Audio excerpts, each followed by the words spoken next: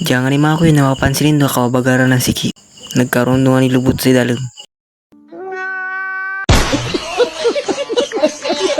Ano man nga ni mga kuya nun, subukan naman kung magpapayag ta na magpawat-wata ng siki. Sudat nga ni mga kuya nun, nagpayag ta na naman kakaiba na naman nagpakon sa center.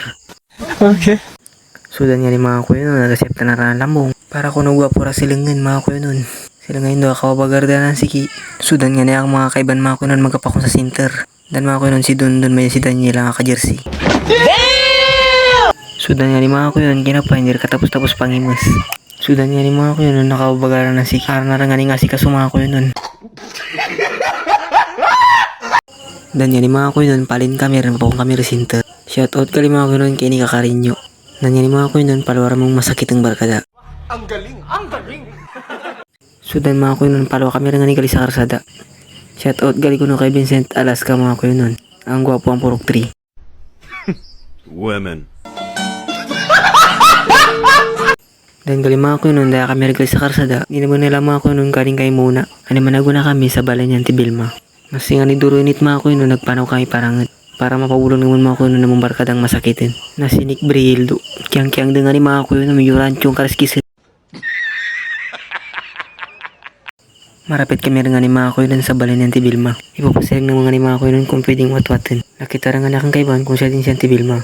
Animalin pa ko na naman nun mga kuya nun. Pasilid kami rin nga ng mga kuya nun. Dahil sa kalikod mga kuya nun ang masakitin.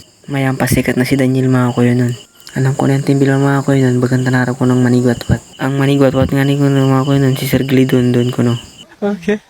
Ay managpakon kami rin sa balay mga kuya nun. Ni Sir Glidon mga kuya nun. Ani man pabalik kami rin mga kuya nun, papakon sa center. Kaya papakon sa center mga kuya nun, magi kami rin sa balay ni Sir Glidon.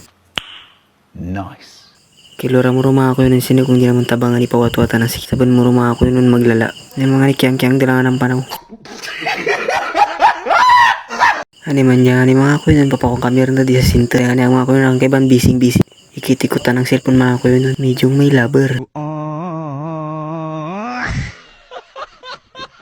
So dahil kami rin nga ni mga kuya nun, sa nambali ni Sir Lidon. Papasilag naman nga ni mga kuya nun na siki kung pwedeng ipawatwat. Tumuro si Sir Lidon sa silid, ani man nagsilid kami rin lang mga kuya nun.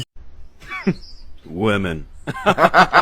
Dahil kami rin nga ni mga kuya nun, sa porta na nambali ni Sir Lidon. Papakiman naman ni mga kuya nun kung pwedeng ipawatwatan ng siki. So dahil na ni mga kuya nun, papasilag na lang ng siki kay Sir Lidon. Kung ano ang desisyon sa ng siki ni Nick. Ang sabat ka ni Sir Lidon mga kuya nun, magpaon na lang ko na sa 1:30. Duto ko na mga kuya nun, bubasakin na ng siki.